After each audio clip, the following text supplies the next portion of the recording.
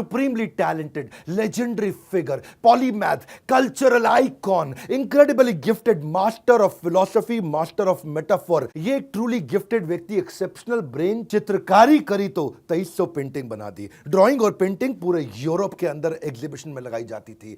ये जबकि off beat strange colour लगाते थे तो लोगों को पता चला इनको लाल और हरे कलर में अंतर नजर नहीं आता, कलर ब्लाइंड थे। जब कहानियां लिखी तो ऐसी कहानियां लिखी कि आज भी उनके नॉवेल से इंस्पायर होकर के बॉलीवुड मूवीज बनाता है। ट्रैवलिंग का शौक था, अपने समय में 35 कंट्री घूम करके आ गए। भाई साहब उस समय 35 कंट्री बोल रहे हैं, आपको घूमना कठिन हुआ करता था। 7 मई 1861 आज ही के दिन 161 साल पहले रविंद्रनाथ टैगोर का जन्म हुआ था। रिच रूट्स, हाईली इंटेलेक्चुअल परिवार। ऐसा परिवार देश में 10 परिवार रहे होंगे शायद उस समय ऐसे। इतनी वेल ऑफ ठाकुर फैमिली में इनका जन्म हुआ था। ठाकुर इनका सरनेम था। अंग्रेज ठाकुर ठाकुर बोल नहीं पाते थे, ठाकुर ठाकुर टैगोर हो गया, वो वहां से टैगोर होने लगा। और रविंद्रनाथ ठाकुर उस समय बन गए रविंद्रनाथ टैगोर। ये क्योंकि बहुत अमीर परिवार से थे, इनको नौकर चाकर ने पाल के बड़ा किया, इसलिए उसको बोलते थे, रेस्ड बाय सर्वेंट्स को बोलते थे सर्वोक्रेसी, यानी कि रूल्स ऑफ द सर्वेंट। इनके जो दादाजी थे ना, द्वारकानाथ टैगोर। द्वारकानाथ टैगोर कौन थे? ये बड़े बिजनेस ओरिएंटेड थे। ये उस समय भारत के सबसे अमीर 2-3-4 लोगों में से थे। Banking, insurance, coal mining, silk, इनके बड़े बिजनेसेस थे। राजा राम मोहन रॉय के मित्र हुआ करते थे।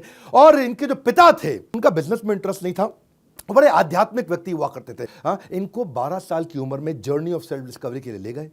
रविंद्रनाथ टैगोर छोटे से 12 साल की उम्र में सेल्फ रियलाइजेशन के लिए शांति निकेतन ले गए, हिमालय ले गए इनर पीस के लिए, मन की शांति के लिए। इतना ही नहीं, नॉर्थ में फिर गोल्डन टेम्पल ले गए अमृतसर में, जहां सारा दिन ये गुरबानी सुना करते थे। दिन में 8-8, 10-10 घंटे बैठ करके गुरबानी सुना करते थे। गुरबानी के जो कीर्तन था ना, उसी से इंस्पायर्ड होकर उन्होंने बाद में म्यूजिक भी लिखा काफी। और स्पिरिचुअल टेक्स्ट तो ऐसे पढ़ाए गए इनको, रामायण, उपनिषद, वेदास बचपन से उन्होंने पढ़ लिए। इनके जो बड़े भाई थे वो भी अद्भुत थे, कम नहीं थे। सत्येंद्रनाथ टैगोर ये पहले भारतीय थे जिन्होंने आईएएस की परीक्षा, जिसको उस समय आईसीएस कहा जाता था, उसके लिए लंदन, इंग्लैंड में पेपर देने जाना चाहता था। कि वो पहले भारतीय क्यों थे? वो इसलिए पहले भारतीय थे क्योंकि उस समय पास होना बहुत मुश्किल था, उस समय एग्जाम देना मुश्किल था। 23 साल की उम्र का कट ऑफ था उस समय, लंदन जाना पड़ता था और सारा सिलेबस जो था यूरोपियन क्लासिक्स के ऊपर था। पूरा परिवार बड़ा अद्भुत। और इनको जो स्कूल में जब डाला गया, इनका पढ़ाई में मन नहीं लगता था, इनको ट्रेडिशनल पढ़ाई पसंद नहीं थी। एक ऐसे स्कॉलर, एक ऐसे एजुकेशनिस्ट जो खुद कभी पढ़े ही नहीं, कैलकाटा अकेडमी गए,